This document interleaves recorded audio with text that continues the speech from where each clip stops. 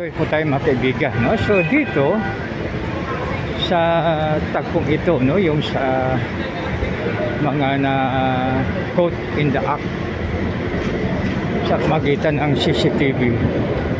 Ito ang kwan mga kaibigan, no? Dahil hindi nila unaware sila na ano pala,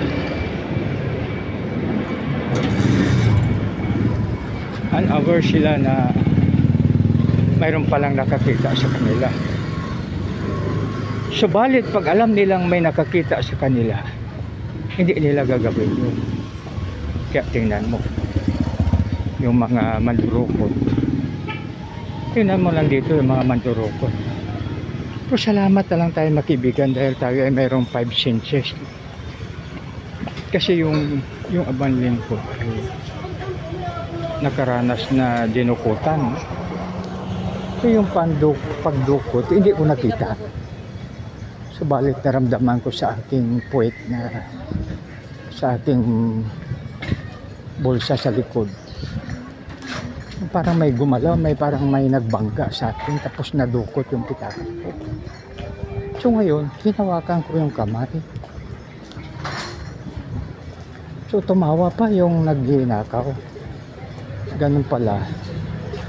Mayroon po silang mga kasama. Ayun, no? Subalit mayroong nag-usap kami ng leader nila. Nag-usap kami ng leader nila at saka nabalik yung aming kwan na aking pitaka. Sabi niya, sir, huwag kang mag-alala, baba po tayo. So bumaba kami, binalik yung pitaka ko. Walang kabawas-bawas mga kaibigan. So ibig sabihin, yun na pangyayari na yun, pwede nila akong saktan. Subalit dahil sa tinatawag po na divine intervention, hindi nila ako sinaktan.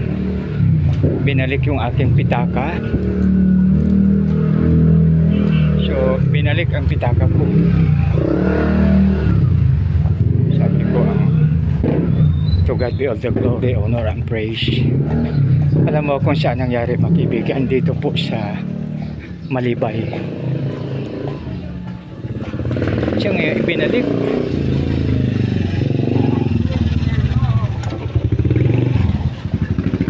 Ibinalik siya ngayon yung aking pera.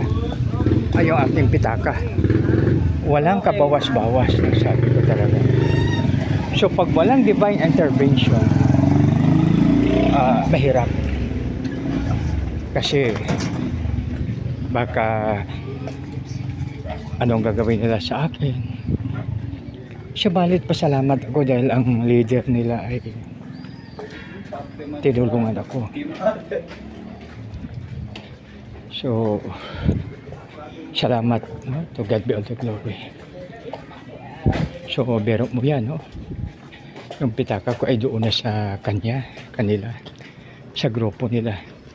So ang kuwan ko lang doon ay hindi nag-iisa yung mandurukot, kung di kuwan sila, no?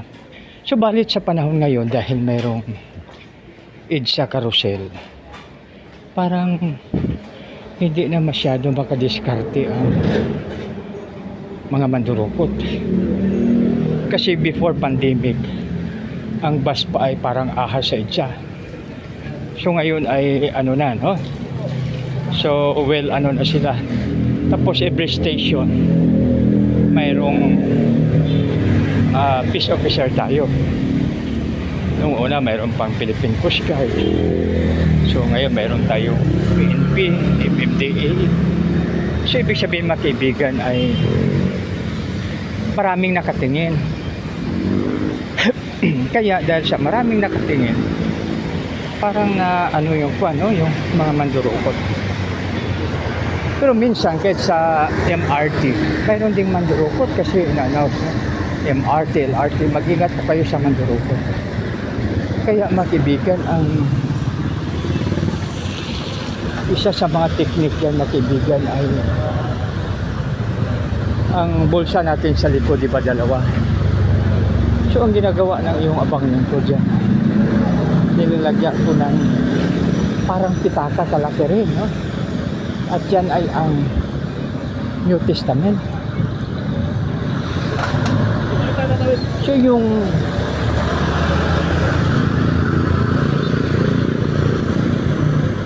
New Testament ba kaibigan, doon sa aking magkabilaang bulsa sa likod.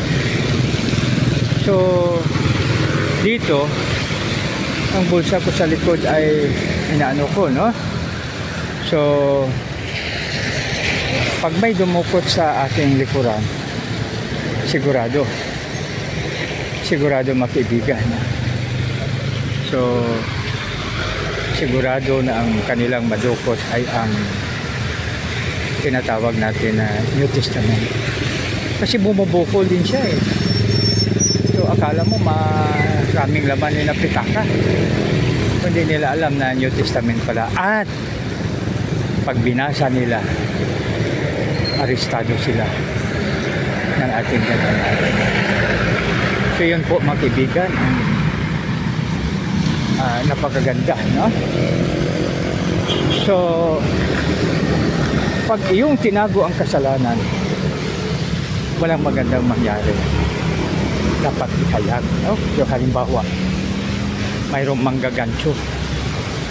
Sabi na, manggagancho yan. So hindi na siya ngayon makapanggancho o kaya scammer yan. Hindi na siya ngayon makascam. So dahil bistado na siya. So kaya yan mga kaibigan, no? Kaya the fear of the Lord is the beginning. Kapag alam natin ang ating Panginoon ang siyang nasa atin, wala pong problem. Wala pong problema dahil alam natin na God is watching us from a distance. So di ba maganda? God is watching us from a distance.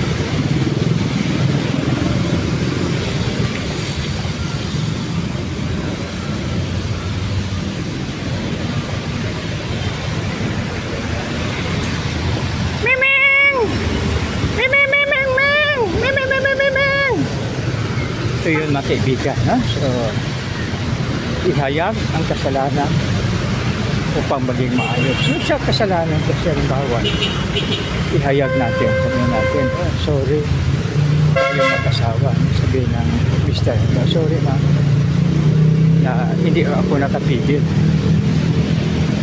So ang problema naman kasi minsan, ang mga misis, di ba, halimbawa sabihin ng mister, misis, pag kang magalit, may sabihin ko sa'yo. Huwag mo akong saktan. So, ang problema lang, pag nagsabi mo, nagagalit ang misis. Kaya dapat pa sumpain talaga sila, no? Na huwag saktan si mister pag nagsabi mo ng gusto. So, yan matutugan. Yun ang pinakamaganda natin gagawin. Ihayag ang kasalanan. So, pag mahayag ang kasalanan, maganda. Because the truth shall set us free.